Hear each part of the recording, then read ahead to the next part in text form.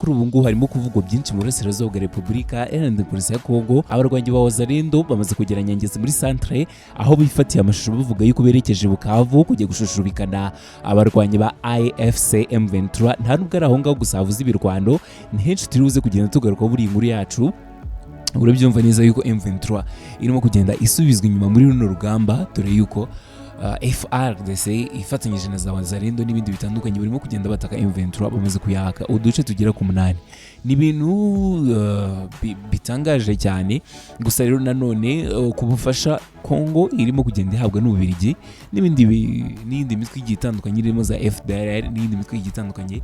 Ibyo byose birimo kugaragaza yuko M23 irimo kugenda isa naho isindwa runo rugamba. Ngaho nguko rero tuba tukugezaho amakuru ko agenda azuka, reka tuhakubere tukugezaho n'ibindi byinshi bigiye bitandukanye. Njye nitwa Edikerodi. Rero biranavugwa yuko byibura uduce 8 twose turi buze kugarukwaho twagenzurwaga na M23 ubu ngubu bamaze kutwamburwa n'ihuriro rya leta ya Kongo ifatanyije na wazalendo n'ingabo z'abarundi na FARDC amwe n'abandi benshi bafatanyije. Uyu munsi rero hari imirwano ikomeye cyane irimo kugenda ivugwa, ibyo byose turibuze kubivugaho, ndaho irimo kugenda ibera hose. Uzibye naho ngaho gusa muri Warika ari ibintu byakomeye cyane, kuko nk'ubu ngubu hakomeje kuboneka imirambo y'abaturage benshi cyane kuva aho M23 iviriye muri uyu mujyi wa Warika.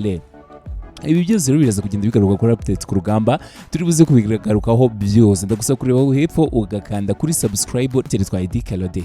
Muri Kivu y'Amajyepfo rero na Kivu y'Amajyaruguru urugamba rukomeje cyane, aho imigi imwe yafashwe indi karekurwa, wazalendo FARDC hamwe n'indi itandukanye iri kwishimira kotsa igitutu M23. Kuwa 4 Mata 2025 intambara muri kino gihugu cya Kongo yamaze gufata indi ntera, yanakomeje cyane mu kiro gishya cyane, aho abasirikare bakomeje kugenda bihindaguranya cyane, ndetse ibirambo y'abaturage ba Kongo nayo yakomeje kugenda igaragara mu bice bigiye bitandukanye bya Warika n'ahandi hatandukanye. Ibi byanajyanye no kuba hakomeje kwiyongera imirwano mu duce twinshi cyane. Nk'ubu ngubu M23 yambuye ibice 8 byose birimo na za Kalehe. FARDC yigarura igice kinini cyane cyo mu majyepfo hafi ya Bukavu, ni ukuvuga ngo ni mu karere ka Kalehe mu ntara y'Kivu y'Amajyepfo. Ahangaha ingabo za FARDC zigambye ko zigarura igice kinini cyane mu mirwano zarwanyemo na M23. Nk'uko amakuru atangazwa na societe civile, uduce twafashwe twiganjemo ahari ibirindiro by'ingabo za M23 muri chiffre ya Bahavu, harimo Remera, Bushaku ya mbere na Bushaku ya kabiri. Aha hose rero hakaba harimo na Nyabalongwa, hakaza Nami wa Ijwi, hari Shizi, Lubumbashi, Migali, Bishaka, Shange, hari na Chambombo, hari Kafu hamwe na Katale n'utundi twose sinzi niba ndi kubivuga neza, ariko utuce twose twambuwe M23 twamaze gufatwa na FARDC. Abaturage banavuze yuko FARDC yagerageje gusubizwa inyuma na M23, gusa imbaraga nyinshi zaje guturuka ku ngabo zari zivuye Kavumu aho zaje zigahita zisubiza inyuma M23. Abaturage bavuze yuko M23 yagerageje gusubiza inyuma FARDC, gusa imbaraga nyinshi cyane zatumye M23 isubizwa inyuma zavuye ku basirikare bavuye Kavumu. Hanyuma rero izi zaje kwinjira mu rugamba zitazindura ibintu byinshi. Iyi mirwano rero ya Kivanga na Mutaka uyu munsi naho ngo hari benshi bahasize ubuzima. Ahangaha ubwo ndi kuvuga mu karere ka Kabare, intambara yabaye ibindi yabaye nyinshi cyane kuva mu gitondo cyo kuri uyu wa 4. Impande zombi zari zihanganye muri ino ntambara ikomeye cyane, aho bivugwa yuko uruhande rwa leta rwatakaje abasirikare benshi cyane. Laila Mutombo, Cibitoke n'ahandi hatandukanye, Nyakilili hamwe na Kalonge.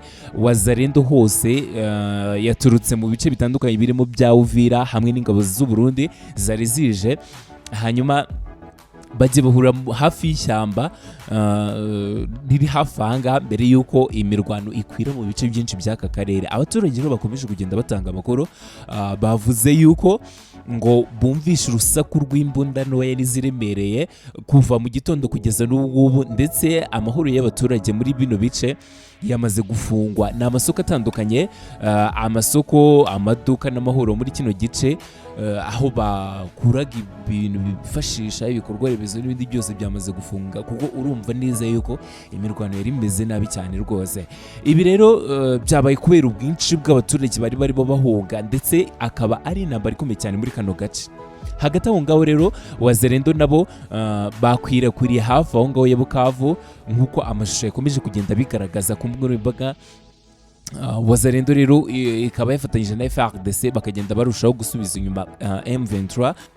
Yes, ahangaha rero urabyumva neza yuko rwose M23 ikomeje kugenda isubizwa inyuma rwose cyane, ariko rero biteye impungenge ukuntu agace ahantu hose M23 irimo kugenda ikura ikirenge, abaturage barimo guhura n'akaga, barimo guca mu bihe bitaboroheye. Ariko reka tugaruke kuri ino nkuru nanone itugezeho muri kano kanya, aho General Muhozi yavuze yuko Trump ngo yamubujije gufata Kisangani. Ese ibi ngibi byaba ari byo? Reka tugaruke kuri iyi nkuru twerekeze muri Uganda. Mu minsi yashize nabwo General Muhozi yanditse agaragaza yuko ashaka gufata umujyi wa Kisangani, ariko rero kandi nanone hari imbere yuko yari yabanje gusaba M23 gufata uno mujyi, byabananira kohereza UPDF ingabo za Uganda zikajya gufata uyu mujyi. Yari yanatanze icyumweru kimwe cyonyine uwo mujyi ngo ukaba wamaze gufatwa. None si byagenze gute? Mu kanya gato cyane nyuma yo kwandika ibi ngibi byose ngo Muhozi yaje guhura n'intumwa ya Trump, bagirana ibiganiro. Trump amumenyesha yuko atagomba gufata uyu mujyi. Ibi rero nabyo tugiye kubigarukaho, ndongera gusaba gukanda subscribe kugira ngo ukomeze gukurikirana amakuru agezweho. Uyu General Kainerugaba Muhozi akaba umuhungu wa Perezida Yoweri Kaguta Museveni, yongeye gutangaza abantu ubwo yahinduraga umwanzuro we yari yarafashe ku bijyanye n'umutwe wa M23 ndetse n'umujyi wa Kisangani. Yabanje gusaba abarwanyi ba M23 abasaba ati bufate Kisangani cyangwa nibona niyo nze nyifatire. Yari yavuze yuko ngo nibitaba ibyo ngibyo mu minsi mike cyane ngo ingabo za Uganda ziri buze kuyigarurira, ariko uyu nguyu yaje gutangaza yuko nyuma y'ibiganiro yagiranye n'umwe Trump ngo Trump yamusabye kudafata uyu mujyi wa Kisangani. Yes, ibi ngibi bikaba byatumye abireka. Ni ku cyumweru tariki 26 Werurwe 2025 General Muhozi yatunguye isi yose ubwo yandikaga ku rubuga rwe rwa X, akandika amagambo ubona ameze nk'umuhigo nyine uremereye cyane, yagize ati UPDF ntizigera yitambika M23 mu gufata Kisangani, ariko nanone bagomba kubikora vuba cyane cyangwa se twebwe tukajya kubyikorera ubwacu. Ibi ngibi bitangaje kuri X ye, ibi byahise bituma M23 igira igitutu gikomeye cyane, bisaba kugira ngo yihute cyane ifate uyu mujyi wa Kisangani, kuko byagaragaraga yuko M23 isa naho irimo kugenda isubira inyuma nyine itarimo gushyiramo agatege. Ibi byaje gutuma Muhozi nawe yandika ibi ngibi nyuma yuko igikorwa cyo guhagarika imirwano ya Walikale byahuje M23 hamwe na FARDC byaratangajwe cyane ukuntu M23. Ibi byari byatangaje abantu benshi cyane barimo kwibaza bati ni gute M23 yemeranyije na Kongo ko bagiye kureka imirwano, ariko rero nanone ikaba igiye kwataka Kisangani ngo nuko Muhozi yabivuze. Ibi byatangaje abantu benshi, ariko rero batunguwe no kubona rwose atari nako bigenze, kuko nyuma y'uku guhura k'uyu mugaba mukuru w'ingabo za Uganda agahura n'umuvugizi cyangwa se intumwa ya Perezida Donald Trump, uburyo yahise ahindura ibitekerezo rwose akava ku ntego yari yihaye kuba mu cyumweru kimwe gusa M23 nizafata Kisangani azigerayo akajya kuyifata. Mwumva yuko ari ibintu bisangaje cyane, gusa byaje guhindura isura, dore ko nyine ubwo yahuraga n'iyi ntumwa ya Perezida Donald Trump, Muhozi nawe yahinduye ibitekerezo rwose, aranabyandika, yanabyanditse n'ibyo turi kugarukaho kano kanya, dore yuko yanabyanditse uyu munsi avuga yuko kuva yahura na Donald Trump yahinduye ibitekerezo. Ngayo nguko rero urabyumva neza yuko M23 irimo kugenda isubizwa inyuma muri runo rugamba, dore yuko FARDC ifatanyije na za wazalendo n'ibindi bitandukanye birimo kugenda bataka M23 bamaze kuyaka uduce tugera ku 8. Ni ibintu bitangaje cyane, gusa rero nanone kubufasha Kongo irimo kugenda ihabwa n'Ububiligi n'ibindi mitwe igiye itandukanye irimo za FDLR n'ibindi mitwe igiye itandukanye.